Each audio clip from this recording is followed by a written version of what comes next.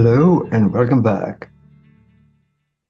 I'm about to begin reflection, the third um, episode sequel to the two prior trailers that I'm sharing again in the context of the request from someone who was interested in presenting the essence of Gangadean's life work over 60 years as a first philosopher, and which was focused on a relentless attempt to get to the missing code of what is first by whatever name. He chose to use the Greek word logos for the light of reason because it had a more ecumenical ring, even though it originated in the Greek context of philosophy. But if we said Shunyata, Buddha, or Om, or Brahman, or God, or Christ, or Allah, or Yahweh, it would be already carrying a lot of existential weight and ethnic specificity. Whereas Gangadean, and again, I'm speaking, not, from presenting a review of my career in the everyday sense of, so what would you say if you were to create a story, a video of Gangadean's life, given his crossing and alleging to go into and pioneering the frontier of global wisdom and global philosophy in an unprecedented way, and having an unprecedented breakthrough, being blessed and gifted to be led to introduce code notations to mark the difference between a derivative logic and space of culture making and self-making and being human, and a deeper primary source code, a source space of the long quest for first philosophers through the ages to get to a deeper access to how do you narrate what is first, the ground, allegedly, what is first, being infinite and being transfinite and so forth. I won't go over that again. I'm just rehearsing what am I going to offer from this posthumous voice, allegedly, if I can do it. Can I speak as if Gangadean is not speaking here, but he's speaking from, when you say a posthumous narrative space, he's gone, so to speak. He's not here. Can you speak from here? Can you speak from, you can call it a transcendental voice or transpersonal voice, whatever.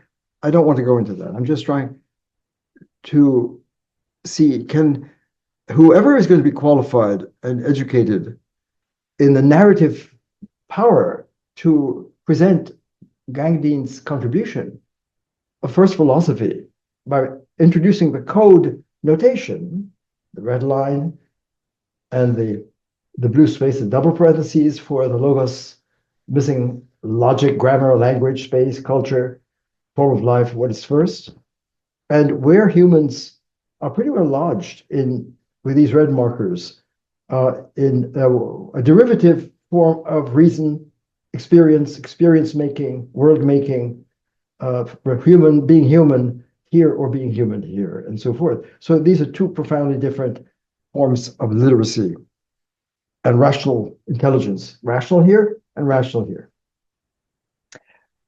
And I spoke in the two earlier episodes, this is episode number 3, where I promised that it's clear in the first, I only intended to do one, but after one, it was clear that it's a trailer of themes that needed to be elaborated further in the Gangadean contribution to understand it, to help my narrator gain the orientation and literacy with the codes, with the code markers, to be able to accurately and adequately present Gangadean's contribution to the long quest of first philosophy, scriptures and wisdom teachings and enlightenment teachings and self-help teachings, sweeping the markets in recent years, and all the mystical teachings, and so through the ages, the vast diverse attempts that have been rendered in silos, the way we receive them, and this is the silo space, and this is not the silo. This is where you can't silo the great first narratives. They meet and cannot not meet. If they're genuinely first narratives of the infinite first, then they're going to be infinitely UnumPluribus. They're going to be connected. And what would that look like if what we took to be separate, there is a Vedic Indian tradition, there's yoga over there, there's a Buddha over here, there's Moses over here, there's Jesus over here, there's Muhammad over there, and so forth. There's Zen over there, there's Feng Shui over here, there's African thought, there's feminist thought, all of the different traditions through the ages. If they're in silos, then this is a silo maker. And we have to see that whatever this means, this rational space, a space that we need to talk about, Gangadean suggests that this is really the default space of human thinking and making sense of the world and world making and experience making and narratives and belief systems and paradigm shifts and distinctions and differentiations and so forth across worldviews, all in the space, which only becomes evident once we introduce the code indicators to make it real, to mark it out when you're in the logos sphere, in the logos space, which is UnumPluribus, and in you can call it the ego sphere, the Lego sphere. Why? Because somehow in this level of development, of rational development, it's very convenient to think of units, separate units. A is A. It's almost the axiomatic software that is this red marker code is rendering. It's not just what's on the screen, but what is a software that's shaping the culture in our lives and the human condition. So the human condition understood here is a prelude, a derivative space of our great first teachings in scriptures to say we've got to go to a deeper space of connectivity. And so what I suggested last time, which is not only the end of the age of conflation. I ended on the theme that there's a lot of in the air of end times, whether in the biblical sense of eschatology, the end, and the end of an old way, and the euphoria of entering into the rapture of the coming of the Christ and the rising and the end of the old order and so forth. There are many different narratives that suggest in the Mayan calendar the rise of a whole new consciousness of and culture of humans from where we are to a higher dimension. All that kind of talk about the end of the old ways and the beginning of a new. And that's in the air. But what I'm suggesting is that the suggestion that all of that talk and efforts, conscientious and not to be disqualified, but very vital and important, we've got to listen to them. It's all put under a new designation when we say they were all in the age of conflation. I hope you got that.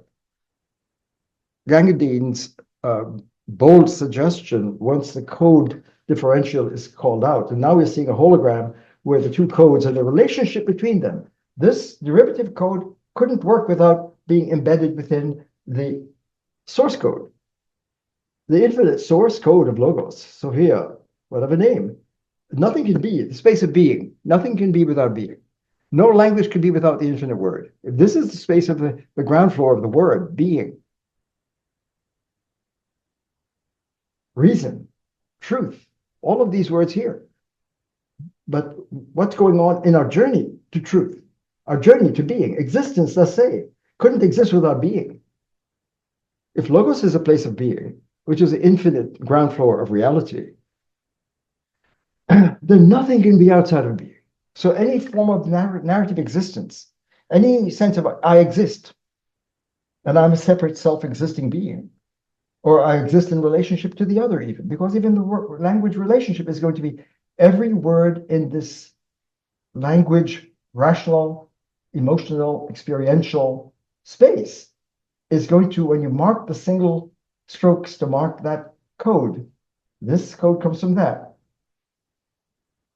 And this, the dominance of this default stage of the human condition here doesn't realize that the software is cutting or creating a barrier with a deeper access to what our great first teachers were allegedly calling us to rise to a higher form of being human, to the space of ethics, to the space of knowledge, to the foundation of truth, to self-evident truth, to enter into a deeper intimacy with God, with Allah, with being, with reality, from an I-it technology to an I-thou technology.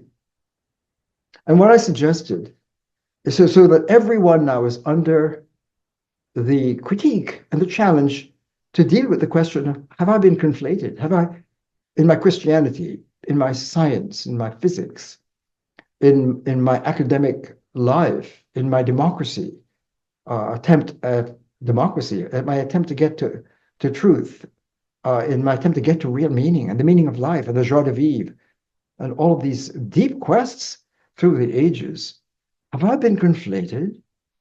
Have I not faced the code issue? And why is Gangadean saying that's all important? If everything we've got up to now has been in a code chaos, there were no code markers, and therefore there was a profound of ambiguity. It's not even ambiguity, it's codebiguity. It's a new word. If the code chaos, if the codes are not clear, and in a moment I'd like to erase them. But I wanted to share what I'd like to share in this third episode of reflection from the posthumous voice, allegedly, not from here, but from this space. That's what I'm seeking to narrate. And my life has been over decades trying to see and learn this language and the Unum Axiom and how, what does reality look like from the Unum, the infinite unifying force of interconnectivity that our great teachers have been pointing to. And if there's Christ in the space, if Christ is the Logos in the flesh, then Christ is UnumPluribus. Buddha is UnumPluribus. Yoga is UnumPluribus. Wisdom is, enlightenment is UnumPluribus. What does it look like from that space in terms of the critique of where we are in the human condition? Where is the human condition given this hologram? And so what I'd like to do in a moment to help us understand the equally bold point of Gangadean's life work is to see that once we understand source science, that there is a profound primal science, finally we got it, but a deeper access to the Logos code, we could see that they're okay. The dream of getting to the ground floor of the foundations of science, the science of science, of Descartes, for example, seeking to get that grammar of science, the foundation, for example, but it's all across Buddha, yoga, Vedanta, the Vedic science, all of that. They're trying to get the foundation of science. What's the origin of the ground of meaning and truth and ethics and the moral law? All of that. Deep quest of the ages. Because there is meaning here too. But we need to see that meaning here is derivative meaning. It's not touching the ground of meaning, the foundation of meaning. And therefore, the call of Logos, the call of Sophia to the human culture is a human condition here. All humans across all our cultures, religions, worlds, and disciplines is to rise, see this, that we're a derivative and to rise to a deeper form of meaning and truth and the foundation of knowledge. Capital K knowledge, double bracket knowledge. Not knowledge here, but knowledge here. And knowledge here is not about, but it's being in the knowing. It's being surfing into the field of being in a primal way, primary way. It's not talking about it, it's being. From being talking about it in this form of language to manifesting it in the zone, in the flow of meditative, mindful living and interconnectivity with the UnumPluribus flow. What's up with that? And what I suggested is that last time is that from source science, allegedly, which Gangadean calls medical ontology, okay, he's trying to say if we are tapping the Logos science of Logos, Logosology, and that sourceology, the source of all derivative forms of narratives. No narrative can be apart from the narratology of the source. And that's source science. Then how do we understand the diagnostic power of the human condition? If the human condition is sleeping in the sense it hasn't minded the minding, as Buddha urged, to see, am I embedded within a software that's shaping my life and my experience and all our human relations and cultures and religions and worlds and creativity and learning and parenting and human relation, all of that, if that's here, then, could there be a deeper form of meaning? Are these great first teachers correct in saying there's a version of the self here? There's a higher version that's the true self, the awakened self, the mindful self, the Zen self, the Christ self, the Buddha self,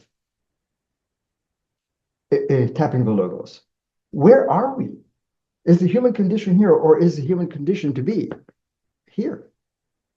And what I suggested that, whereas we'll see why in a moment, this is what I really want to focus on in this third reflection with you, to get to the Gangadean contribution. I'm trying to help and advise a prospective narrator of Gangadean's work after he's not here, or even while he's here, it doesn't matter, because it's not about him, it's about this. Gangadean's life and work is about this, about logos, not about Gangadean. It's a missing story that could not be told, but now can be revealed in this code shift. And so we'll see why this space creates silos and fragments and polarization of all kinds. And we can make all kinds of dual distinctions of all kinds, higher and lower, empirical space, body language, and rational space, a priori truth, a posteriori truth, transcendental, God is higher than the creation. You can make all of these great distinctions in this default space. But it may not be getting here. We could talk God, we could talk Allah, we could talk surrender to Allah, we could talk about higher rational space here, and the empirical space of the body language of the senses and the world of concepts and reason. We can do that here. We can have many different narratives and stories by changing the lens of the paradigm of the mind to have belief systems and ideologies and narratives that we believe in, and belief systems all can go on here in this version of the human condition. But if we haven't faced the code issue, and all of our narratives and our religious belief systems and first narratives and disciplines and arts and sciences and so forth are still lodged in the ambiguous code ambiguity, the code fuzz and chaos of not having code clarity, but code in the conflation of the codes. If we're in a conflated space, then it compromises. From this point of view, it compromises the narrative within the conflation space. And so Gangadean, has suggested that a deeper narrative from source science of the human condition is that we've been living in the age of conflation, code conflation, rational conflation, script conflation, language conflation, narrative conflation, reality conflation of the two different dimensions and forms of rational life, here and here. So everyone has to now, wherever you are, if you're saying, I believe in democracy, or I believe in Christ, or I'm following Mosaic persuasion, or surrender to Allah, or Vedic yogic science, and I'm doing my yoga, or I believe in Buddha's Four Noble Truths, whatever it is, or I'm a scientist, I believe in the truth of science as the only way to get to what is real and what the real facts of nature and reality is through a scientific narrative, for example. Or no, science is not going to do it in a certain other critique. How about intuition and feeling and emotion and passion? What happens to that, right? It doesn't have to be reason. It doesn't have to be verbal. You can dance. You can have music. You can have different forms of expression. Come on, folks. So all that is going on in the conflated space. And what I was suggesting I'd like to focus on as a follow-up, which is really astounding. Because once we see that there is a source science and diagnostic and deep medical ontology with a diagnostic technology, the code, the Logos code gives us a deeper technology, new technology, to understand what's going wrong chronically in the embedded default human condition. And I'd like to suggest in this third reflection, and I won't go on too long, but I need to get some basic points out to help the narrator understand what's fundamental in Gangadean's work and journey that led to this. How did Gangadean get the code, get the markers, get the notation to bring it out from implicit to explicit, and to have a hologram that sees the human condition with a deeper eyes, a deeper lens, a deeper diagnostic from here that we never had before? that begins to now fulfill in the highest way the wide range of diverse first narratives and scriptures and wisdom teachings and enlightenments over 2,500 years to say, yeah, this makes sense. This is what they wanted to say. This is what we wanted to get in our first narratives. But without the code technology, we weren't able to bring it out.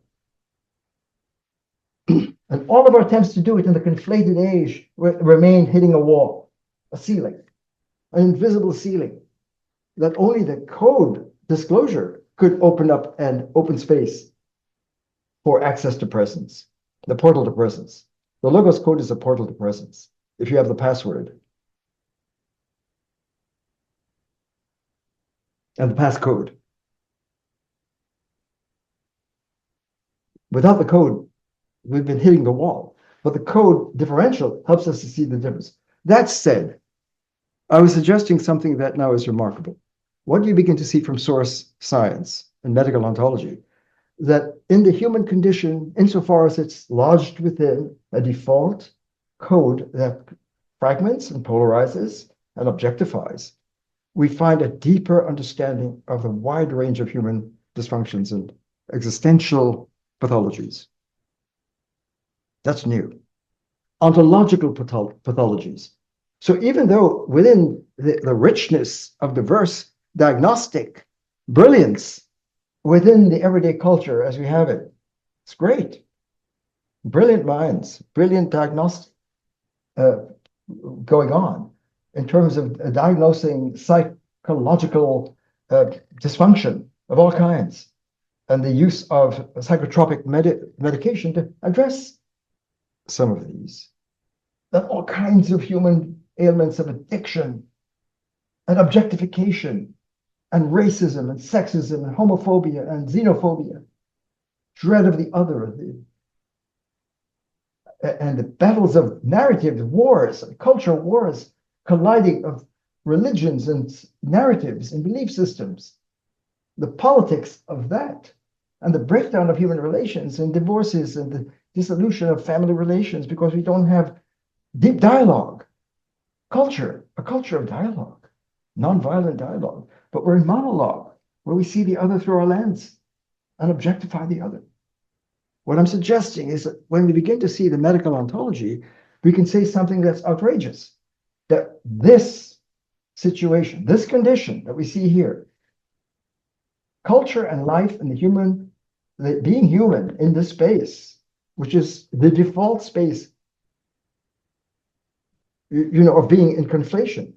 The conflation of the codes defaults to an adolescent form, reason and language and thought and narration and our disciplines and our forms of knowing and feeling and being and relating in politics and life.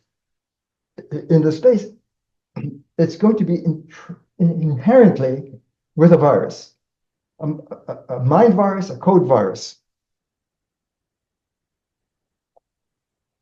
And this is a new suggestion, a diagnostic from source science, medical ontology, is the human condition without the code clarity and literacy of the difference between this code and that, and code education and critical thinking in the rational space between the two forms of rationality here and there. You might say informationized rationality and meditative rationality, Zen rationality, integral rationality, in the Christ rationality, Buddha rationality, yoga rationality, and narrative rationality, where the thinker and the community of thinkers have the screen of awareness and the lens we're using in this embedded in this code that objectifies meaning and life and self and our IDs and so forth. That the great traditions have diagnosed in different ways samsara, sin, separation from source, samsara, the cycle of repeated existence that does not reach into the Brahman, into the Om. You can do yoga here. You can do your rituals and belief in Christ and your belief systems here, right? In the narratives and the stories and the gospels and believe in as belief systems. And now here, but are you reaching into the Christ? Are you entering into a deeper intimate space and a ritual crossing from privileging this way of life and not honoring what's first as first? That's a question. So in this follow-up, I wanted to just say a few things, and I'm not going to go on too long, and I know I'm going to scare people away with even talking about logic or codes, but I hope you can stay with me and follow this because it's all important. Because if you're looking for yourself here, and you're looking for meaning here, when meaning is here, deeper meaning, there's meaning here, but it's compromised. It's not grounded meaning. And if you're looking for the meaning of life, it's not just the meaning of a sentence embedded in a particular language, a human language, or in cyberspace, or in social media. If you're looking for meaning, it's going to hit a wall that's going to backfire on it. It's not going to be grounded meaning, true meaning, and the joie de vivre, the joy of life and living, and having a meaningful life. Because this form of meaning is governed by the lens we're using and the belief system that we, with our wills, affirm by meaning in life. And when it begins to fall apart in a life crisis, and we hit the nihilistic space that implodes upon itself in doubt and skepticism, by being cut off from a deeper grounding in the light of reason, of truth, and self-evident truth, and so forth, then the crisis of emptiness shows up in the space, and suicide ideation, and gun violence, and violence to nature, and the breakdown and degradation of the environment, and the mass violence of people with each other, in objectification, of misogyny. Misogyny is the violence of logos, mythology and misogyny, the fear and hatred of the feminine, of women, for example, of racism, sexism, homophobia, xenophobia, fear of the other, whereas the other here is different. The other here is objectified, I and other, I and not I, in this space, in this code. And when we objectify self and other, damage is being done from an ontological point of view. We're broken from being. We're lodged in objectification. And we begin to see then that the very amazing diagnostic you could go and see in allopathic medicine, the diagnostic with the MRIs and different technologies to read the state of the brain and the blood flow in the brain or the heart. Amazing developments. Or you can naturopathic medicine, or Ayurvedic medicine, or Chinese medicine, and so forth. You have different medical narratives here in the integral pluralistic space of everyday culture. We have alternative medicines. And if you're looking for integral medicine, holistic, it's not going to be here. It's going to be in the holistic space to find the meeting points of what is here, diversity in alterity and separation. And as much as we want to find unity and find integrity in the shredder, we'll see why we hit the wall that we can assume and we can create with our wills a link and a bridge, but it's not going to be an unum link. So what's the insight of source medicine in diagnostic the human condition, in the conflation where we don't have the code differential and we're just in code chaos, and we're defaulting to a code, we'll see why, that intrinsically but naively objectifies self and the other and the information on the screen, and we process ourselves there, and we don't realize we're damaging ourselves. And our great first teacher saw it in different ways. Don't objectify yourself. Don't treat the other as an object. Never treat a person as an object. Don't objectify self or other. But we do. This is the code of objectification. So the widespread range of human breakdown in the intrinsic life of a person within her own psyche and her own existential space, looking for meaning, looking for love, looking for wholeness, looking for health and well-being, and not to be empty of meaning, but to be fulfilled, as our great teachers have been calling us, to be fulfillment and satisfaction and self-realization and self-actualization of our being. It hits a wall here. And there's profound suffering of all kinds, that of nihilism, of angst, of existential anxiety, about death, Because death here is not the same as death here. And life here is not the same as life here. And reason here is not the same as reason here. And meaning and truth and so forth.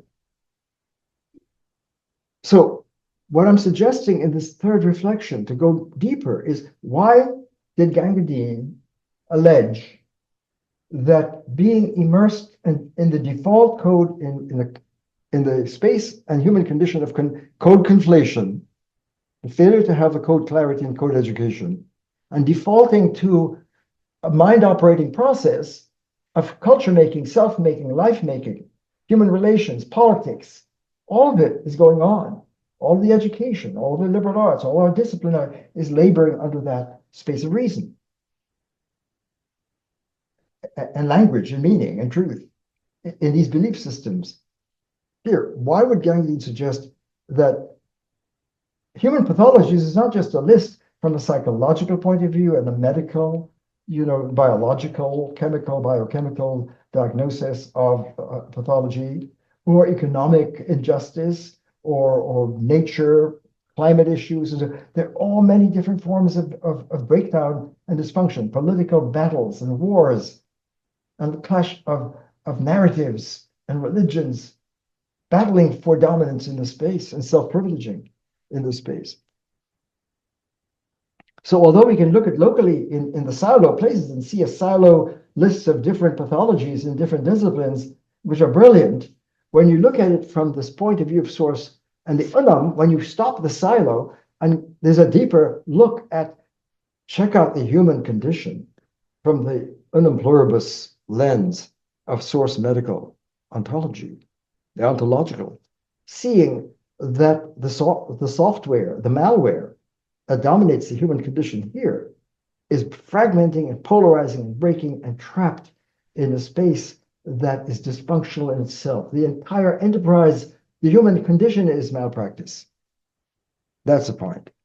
And naturally, if that's so, if the whole culture, if living your culture here, your religion, your truth, whatever, if living within this conflated default space without facing the code issue, or the software that's leading to your life as brilliant as an artist and a performer and an athlete in the zone.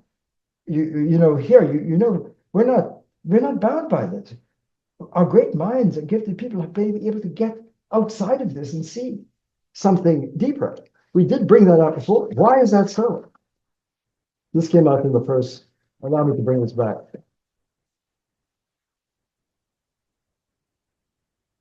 That wherever we are, we're always held in the deeper space.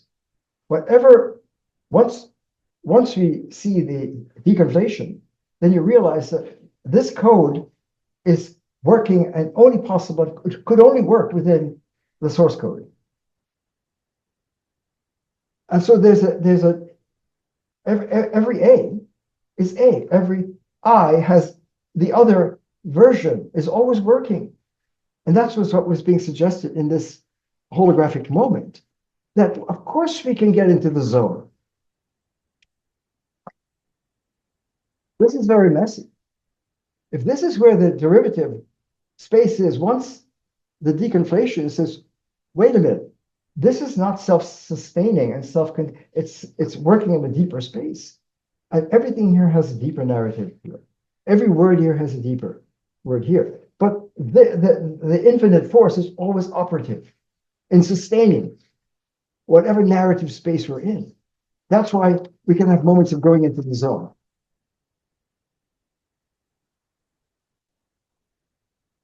And that can be seen here. This reality is always held by the source. Now we've got that. Now that we have the code clarity, we could see that the derivative code couldn't be or function without the source code. And the source code is always available. So that even though we may have had the codes, now let's erase all of this. If we remove this and remove the red, remove both codes, just take the codes out and take logos out of there. Which is how Gangadean enters the scene.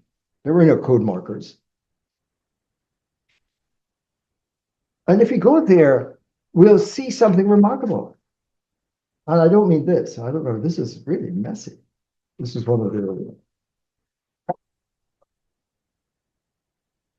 I'm going to try and make this as simple as possible. That everyday life, no markers, but what is the logic? What is our rational space? What is the space of reason? What's the space of thinking? What's the space of experience? What's the space of language and meaning and truth? Is it thinking, reason, experience, language, world? All of that's going on in this space where the thinker, here's the thinker, the one who's experiencing, and there is a screen of awareness. And there is a important distinction between I and not I and what is not I, the other.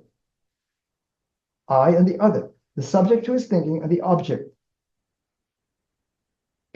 In the space of our consciousness, this is where the screen of our consciousness, where we experience feelings. I love you, I hate you, I'm angry with you, all of that, for example, or 2 + 2 is 4, mathematics, E = mc squared. Democracy is a rule of law, whatever it is. This space is amazing. We don't have markers, remember. We haven't done that. We haven't done any of that. We said this is a conflation situation. Humans are using language, and there's the natural axiom of everyday life and experience is A is A. When I say I versus not I. When I say A is A, it's almost like a basic axiom. A thing is what it is. And it's either A or not A. It can be both A and not A. So there's an either or built into this. S is or isn't P, whatever the S is, when we start to think. And we make sense. That's language, and we have sense.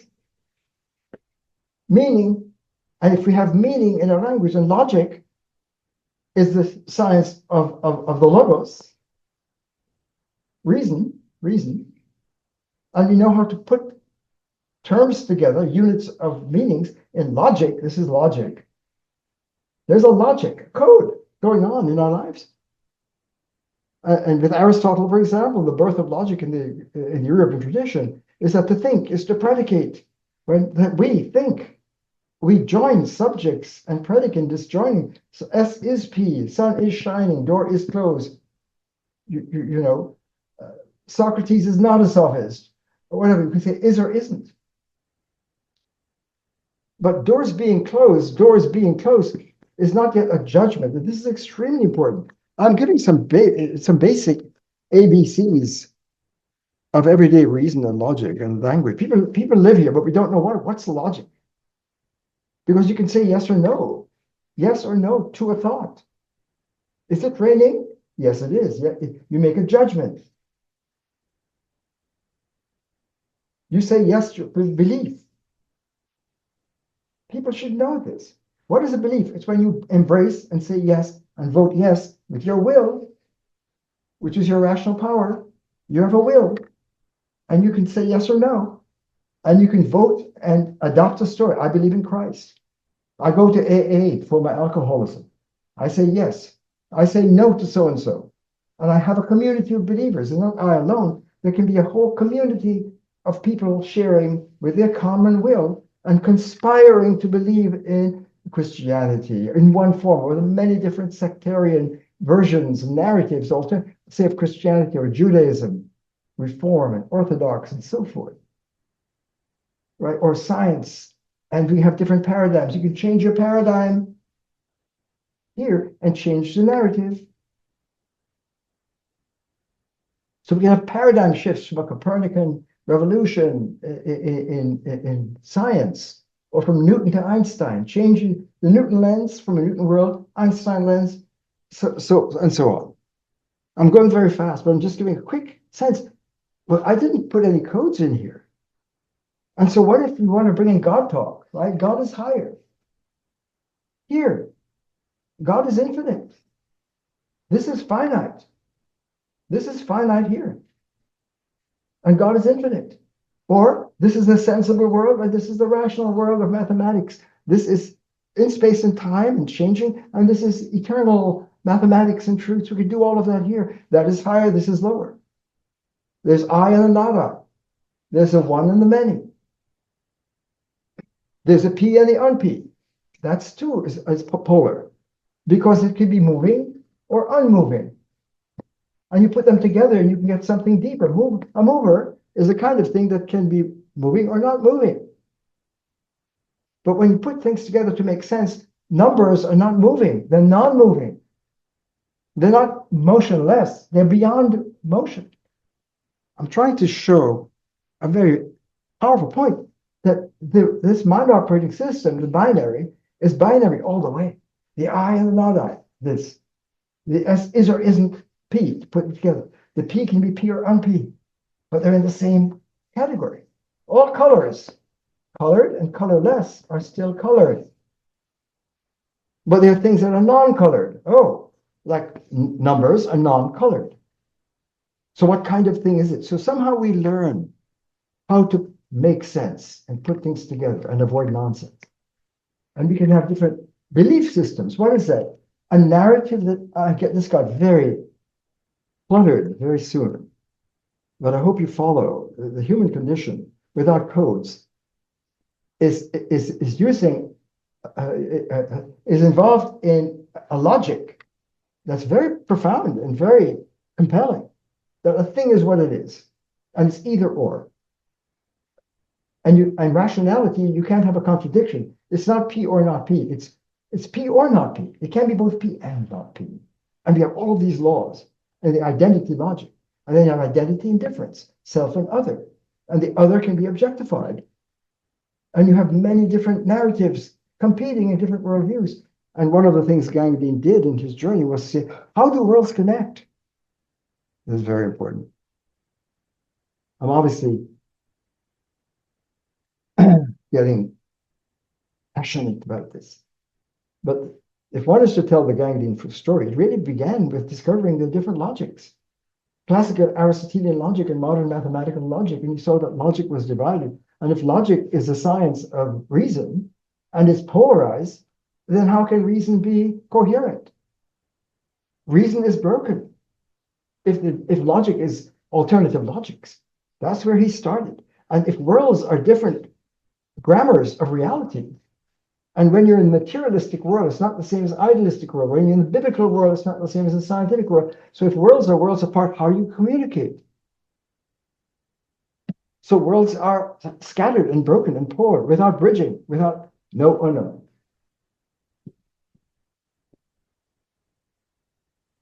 And so it was in decades of research to say, how is it possible to translate across profoundly different worldviews, which are worlds apart? Different belief systems here repel each other. The biblical narrative is not the same as the Big Bang narrative. For example,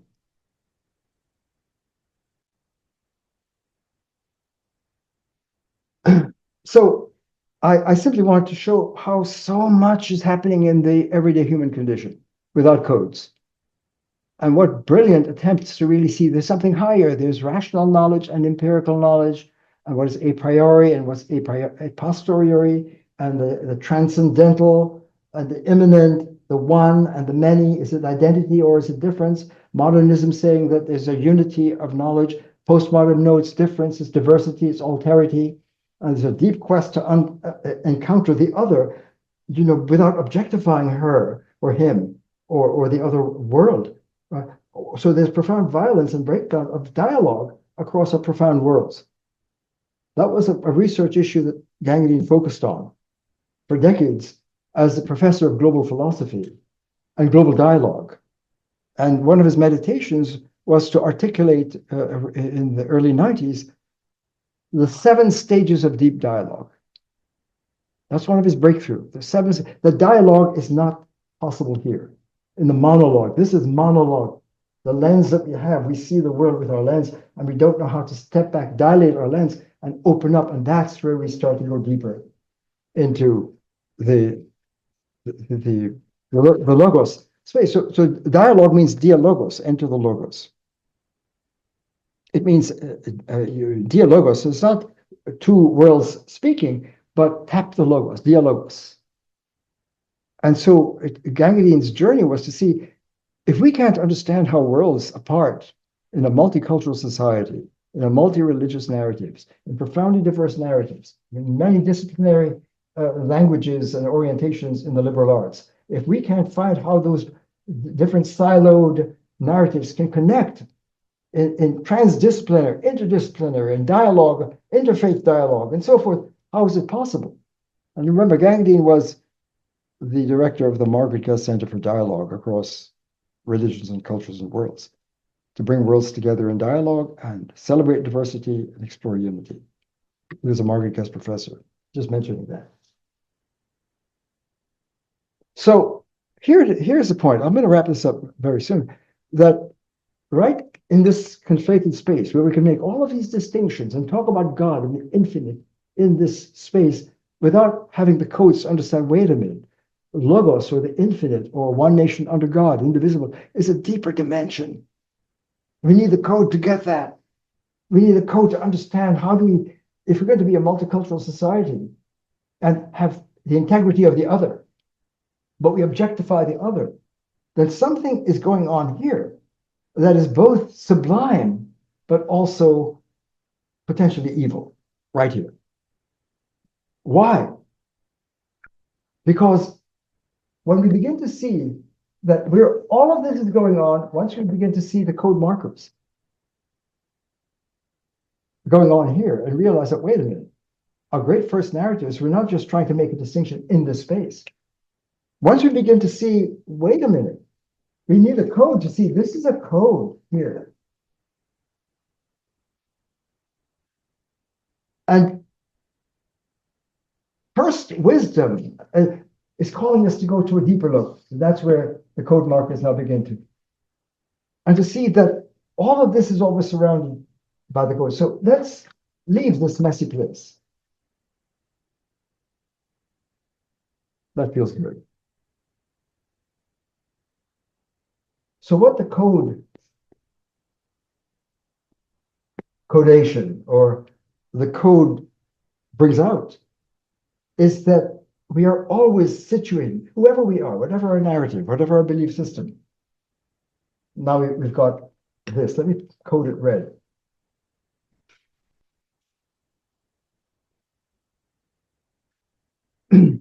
What we're calling the code conflated. We didn't have this, but this is now evident in the conflation space. Which means what? Even though we didn't have it explicit, we were always here already and always here. And when we're in this space, the sublime moments that we humans have in our greatest genius breakthroughs is to tap into the zone. We always have access to the zone. We can step back from this and find ourselves momentarily in the zone of connectivity when we're inspired. When an athlete taps the zone, and it's not I am running, but she is the running. She is the soccer. The cellist is the cello, is the music. She is the music. She's not separate from the music.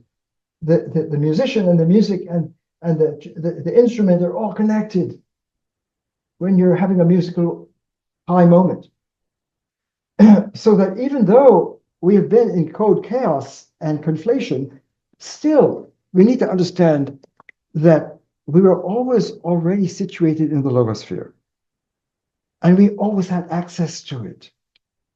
And it can happen spontaneously that we can get high in that moment and have a brilliant insight and a breakthrough scientifically, or in love, or poetics, or music, or scientific breakthroughs, and political, moral breakthroughs.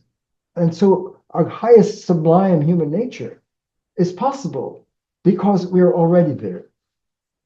We're already situated in that space. I hope you follow this. So whatever is going on here, once we begin to see the code markers, that we humans, although are in the conflation and the failure of codes, but still this was always here. And so we're not trapped in the default. We have high moments where we could tap into the. So in a way, you could say that the brilliance, the spiritual brilliance of Logos in the flesh, Jesus used tapping into the Logos and speaking his language to the people. I am the way, the truth, and life, or Buddha's breakthrough to enlightenment, and to saying that this is suffering and it has a cause, and we have a choice, and we can rehabilitate in the Buddha space. Or Socrates were in ignorance, and we could step back as critical thinkers and enter the light of reason and leave the cave and enter the Logos. Or Krishna advising Arjuna that you're in samsara. That's why you have a breakdown, Arjuna. Your whole life has collapsed because it wasn't grounded in the Om. And you can access into the Om. So that the good news about our decoded, uncoded, code chaos, code conflation, human condition, is that we can understand why there can be such brilliant, high, beautiful humans, breakthroughs, men and women, in all fields, in music, in dance, in scientific inquiry, in mathematical depth, in logic, in philosophy, in economics, in all fields, politics, constitutions, visions of democracy, and so forth. This is all possible in the conflation space because we're always in the logos spaces around us, and that's who we are. So please do not get the idea that Gangadean was suggesting that the human family in the conflation are kind of evil or bad or not noble and good and so forth. Not at all. Humans are beautiful, but we're also potentially in deep ignorance, can be profound extremists, in sophistry, in Holocaust and genocide, homophobia, in all kinds of violence to the other, because the objectification is a step away from demonization of the other, rather than the sacred space of ethics where the self meets the other in the UnumPluribus space of deep dialogue, not monologue, but dialogue. So I'm going to wrap up this session. I know this is, if you stayed with me, through this crazy mess, but I hope, don't look at the details, just look at the markers. That the conflated situation that does not see the co-differential, and this is really what we're talking about most of this session, where we didn't have the code. The conflation means we don't have the red or we don't have the blue, we just have this. We can do tremendous things in culture, but how do we explain the beauty and the brilliance and the genius of our men and women through the ages? Because we can be inspired and tap the zone. We can have great moments of being in the zone. It's always available. But then the default code of culture, everyday culture, is going on. It's a very powerful space. But at the same time, not only the sublime nature of humans and the brilliant, ingenious moments of genius and artistic creativity of the highest form, philosophically and artistically and morally and politically and medically and so forth. All of those brilliant aspects that have happened and are happening. Humans are beautiful. But still, in the conflation, there's a profound default code that's working in objectification, that's a breeding ground of extremism, of violence, of dehumanization, that leads to the profound pathologies of sexism and homophobia, and suicide, and nihilism, and war, and the clash of narratives, and the breakdown of democracy, and the objectification and violence of the human relations, rather than the nonviolent encounters of deep dialogue in the I-thou space, that we can learn to rehabilitate culture from being under the sway of the shredder that separates and fragments and puts things in silos, and therefore eclipses the deeper presiding truth of the UnumPluribus of the fundamental primary being. So I'd like to leave that thought that and I hope the narrator of Gangadean's work would realize that Gangadean sees that humans are beautiful beings. We're logos kids. We are gifted with the access to Logos, to God, to Allah, to Yahweh, to Christ, whatever, Buddha, to our source. It's our source. And as rational beings, we're coded with the gift of reason. And we can have a derivative form or a mature form of rational coherence and UnumPluribus in rational space and culture here.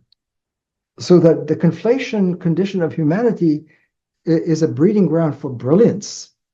About when we have the zone inspiration moments and the lights go on and we tap the zone for that moment and we can see and have enlightenment and non-violence and see into deeper space of ethics. There is no scientific advance or technological advance that's not a gift of the source.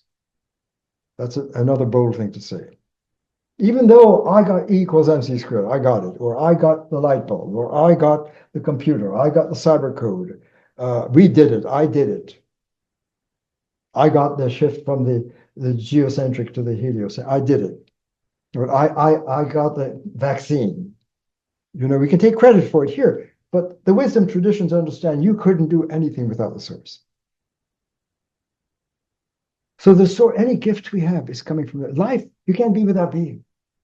In every breath, the infinite is present and presiding. Infinite presence is presiding in every breath, even though we may not be acting that way or seeing that. But our mind operating process that dominates, even though it's cutting us off and giving us this illusion of self-privileging your narrative and belief system and yourself and your existence as independent and self-sustained. No. That's profound ontological ignorance, according to our great first teachers. So, in parting, what I hope to convey, and I hope the narrator of Gangadean's life would say, Gangadean saw that the human condition, in being conflated, explains why beautiful human beings, profoundly beautiful and sublime, can have these sublime, gifted moments of the highest order while in that condition. And at the same time, we can witness abysmal depravity and violence and reptilian behavior and subhuman behavior and extremism and cultism, sophistry and objectifications and holocaust, genocides, dread of the other, suicide, gun violence, the violence of nature, and turning the backs on source. It's a breeding ground. Conflation is a breeding ground that allows sublime, high, ingenious breakthroughs of the nobility of humans and great sacrificial, heroic acts on the one hand, and at the same time, abysmal depravity and fraud and sophistry and nihilism and skepticism and all of the different degenerations of the human being and human life at the same time, both, because of the conflation. Why? Because that was the main point I wanted to make, and I hope my narrator would pick up on it, that the code has not been seen as the source of fragmentation, polarization, objectification, and breeding ground for violence. When you objectify yourself and other, and you cut yourself off from love and source and compassion and dialogue, deep dialogue, it's not very far away to the dehumanizing of the other and the self in this space. And that's why bringing in the end of conflation and to see more clearly the derivative code of the primary source and to celebrate the breakthroughs of our great scriptures and first teachers and first philosophies as calling us to make the shift, to see this, to step back, we have a choice, and we can enter into a more healthful primary form of being a person as Logos sapiens, not Lego sapiens, but Logos sapiens. And so now a door has been opened with, I'd like to not leave this open like this. This is I don't want to end on this. Indulge me a moment while let's turn the page together. That feels a lot better. Let's turn the page. I hope that we can turn the page, we humans, and become code conscious and code educated. And that's one of the points of Gangadean's life. He saw that education cannot be just a Google based in without the critical understanding of the code and monologue space and dialogue space. It's essential to have code education. That humans need the literacy of the source code of who we are as logos humans, and to see that there is a derivative form of existing and a primary way of being, and to come to a place of flourishing together. Our long millennial journey is to cross from this inflated space that's retarded and holding us back, and to move to the promised land with dignity, free at last, in the source code. And that's why the end of the age of conflation, of code conflation, and the introduction of the code intelligence and literacy, and to see that the logos round code, the UnumPluribus code, is profoundly an upgrade from the derivative form, even though they were both working in the conflated space. So the conflated condition it has two different sides. It has an upside that, wow, we are able to get into the zone in our highest moments and best, our personal best. Athletes know it, performers know it, creative artists know it when they're in the zone. Peak performance and the personal best. But at the same time, we can be surrounded by abysmal ignorance, cruelty, animalistic, pre-rational, pre-human, subhuman violence to one another, and the objectification of the self and the other.